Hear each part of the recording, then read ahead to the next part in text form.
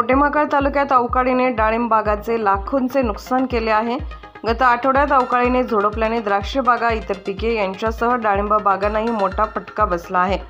या अवकाळीमुळे रानामध्ये वाढलेली आर्द्रता यामुळे डाळिंबामध्ये कुजवा निर्माण होऊन फळांची गळ झाली आहे। लंगरपेठ येथील युवा शेतकरी सुदर्शन घेरडे यांच्या बागेचेही मोठे नुकसान या अवकाळी पावसामुळे झाले आहे। 10 ते 15 टन माल खराब झाला आहे। 15 ते 20 लाखाचा फटका या युवा शेतकऱ्याला बसला आहे। या नुकसान झालेल्या डाळिंब बागाची पाहणी करून त्वरित पंचनामे करावेत, त्यांना नुकसान भरपाई द्यावी अशी मागणीही घेरडे यांनी केली आहे। सुदर्शन घेरडे, लंगरपेठमध्ये माझी 10 एकर डाळिंबाची बाग आहे। मी मूळचा सांगोल तालुक्याचा। या एक जण द्राक्षाचं नुकसान झालंय म्हणून सांगतोय, ही खरी गोष्ट आहे। तोही शेतकरी आहे। ज्वारीचं नुकसान झालेलं आहे, तोही शेतकरीच आहे। आणि आम्ही काही शेतकरी नाही का? डाळिंबाचा दर एका बाजूला तुम्ही म्हणताय गगनाला भिडलेले आहेत आणि त्याच काळामध्ये बरोबर पाऊस पडतो। जमिनीतली आर्द्रता वाढल्यामुळं, पावसाचं प्रमाण जास्त झाल्यामुळं डाळिंबीला जास्त पाणी लागत नाही आणि डाळिंबीला पाणी जास्तीचं झालं तर अशा पद्धतीचा कुजवा तुम्हाला बघायला मिळतो। आणि बऱ्याच वेळा आम्ही अशी कागद मारलेला आहे, हा कागद सुद्धा अपुरा पडतो या सगळ्या गोष्टीला। आणि आर्द्रता जास्त राहिल्यामुळं कुजव्याचं प्रमाण जास्त होतं, पाणी जास्त ह्या डाळिंबाला चालत नाही। एक बाजू। दुसऱ्या बाजूला तुम्ही सांगताय दर जास्त मोठ्या प्रमाणावर डाळिंबाला दर मिळतोय, तर आज तुम्हाला मी सांगतोय की आज 70-80 रुपये 90 रुपयानं डाळिंब चाललंय म्हणजे बागेतलं। म्हणजे ही आजची परिस्थिती आहे। एका बाजूला याचे खताचे रेट जे आहेत, रासायनिक खतं असतील किंवा रासायनिक फवारे असतील, याचा रेट गगनाला भिडलेला असताना शेतकऱ्यांचा अशा प्रमाणावर होणारं नुकसान हा माझा एकट्याचा प्रश्न नाही, हा सगळ्या अखंड सांगोल तालुका असेल, सांगली जिल्हा असेल आणि सोलापूर जिल्हा, याच्यामध्ये बऱ्याच जणांचं मोठ्या प्रमाणावरती नुकसान झालेलं आहे। ह्याला फवारा सुद्धा मारून हा कुजवा थांबत नाही, कारण शेतामधली जी आर्द्रता आहे, वारंवार पाऊस पडतोय, अवकाळी पावसाचं प्रमाण जास्त आहे। माझं शासनाला म्हणणं आहे किंवा जिल्हाधिकारी, दोन्ही जिल्हाधिकारी सांगली आणि सोलापूरचे जे जिल्हाधिकारी आहेत त्यांना तात्काळ विनंती आहे आमची की डाळिंब शेतकऱ्यांना कुणीही आजपर्यंत वाली राहिलेलं नाही। डाळिंब शेतकऱ्यांच्या कुठल्याही संघटना नाहीत आणि आपल्या डाळिंबाची महत्त्व कमी न होता इन्शुरन्स कंपन्या ज्या आहेत, त्या इन्शुरन्स कंपन्यांचं सुद्धा याच्यावरती निर्बंध राहिलेले नाहीत कुणाचेही। आणि आमच्याकडनं दरवर्षी मोठ्या प्रमाणावरती इन्शुरन्स घेतला जातो, पण त्याचा परतावा आम्हाला कधीच मिळाला नाही। म्हणजे या अवकाळी पावसात जे नुकसान झालंय याचं फक्त तुम्ही जसं द्राक्षाचे पंचनामे लावलेत तसेच त्याच पद्धतीचे पंचनामे तुम्ही डाळिंबाचे लावावेत अशी आमची नम्र विनंती आहे। आणि तसंच इन्शुरन्स कंपन्या, प्रायव्हेट कंपन्या आहेत, या सांगली जिल्ह्यात आणि सोलापूर जिल्ह्यात करोडो शेतकऱ्यांनी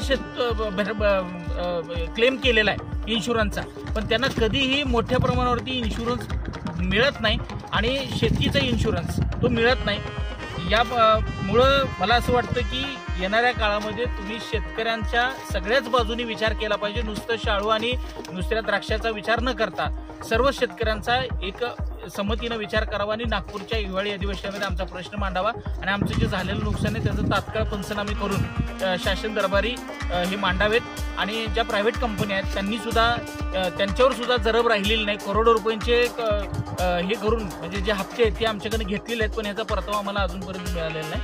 ही आमची विनंती। माझं 10 एकराचं नुकसान मोठ्या प्रमाणावर झालं आहे, 10 ते 15 लाख रुपये खर्च झाला आहे। माझा खर्च निघेल की नाही याची मला शंका आहे आणि म्हणून माझ्यासारखेच अनेक शेतकरी आहेत, त्यांच्या बाजूनी सरकारने आणि इन्शुरन्स कंपन्या ज्या आहेत, प्रायव्हेट कंपन्या, त्यांनी शेतकऱ्यांच्या बाजूने उभं राहावं एवढीच माझी विनंती आहे। सर्वसाधारणपणे तुमचे 10 एकर क्षेत्रामध्ये किती टक्के नुकसान झालं?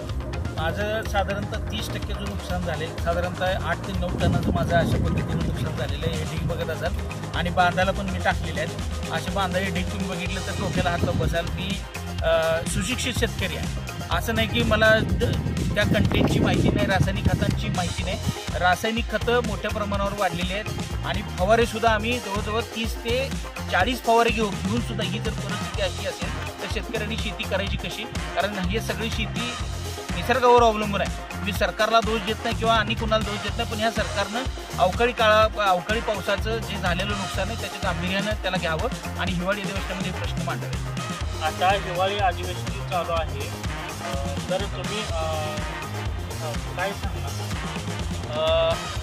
हिवाळी अधिवेशन चालू झालेलं आहे आणि हा प्रश्न अवकाळी पावसानं जे शेतकऱ्यांचं नुकसान झालेलं आहे आणि हे न भरून निघणारं नुकसान आहे। माझं मुख्यमंत्री एकनाथजी शिंदे यांना माझं मनापासून सर्व डाळिंब शेतकरी, द्राक्ष शेतकरी आणि सगळ्या शेतकऱ्यांच्या वतीनं माझं त्यांना सांगणं आहे की एकनाथ भाई, आपण फार जाणकार आहात, शेतीची आपल्याला फार आवड आहे आणि शेती तुम्ही देखील करत आहात. तुमची परिस्थिती आमच्यासारखीच आहे, होती पहिली.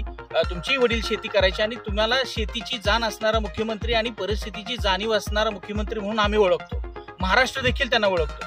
आणि मला असं वाटतं की शाळू असेल, द्राक्ष असतील, डाळिंब असेल आणि अन्य असे पिकं असतील, त्याचं ह्या याच्यामुळे वादळ आणि पावसामुळं जे नुकसान झाले, आर्द्रता निर्माण होऊन असेल किंवा शेतीला फवारे सुद्धा मारायला वेळ भेटला नाही, अशा काळामध्ये हे अशा पद्धतीचं नुकसान झाले. मला एकनाथ भाई शिंदे, मुख्यमंत्री महाराष्ट्र राज्य, यांना माझी कळकळीची सगळ्यांच्या वतीनं, डाळिंब उत्पादक शेतकरी असतील, द्राक्ष उत्पादक शेतकरी असतील आणि अन्य शेतकरी भुसार मालाचे, अशा पद्धतीनं जे नुकसान झाले त्याच्यावर तुम्ही 100% मला विश्वास आहे की तुम्ही ह्याच्यावरती हिवाळी अधिवेशनामध्ये याच्यावरती आवाज उठवाल.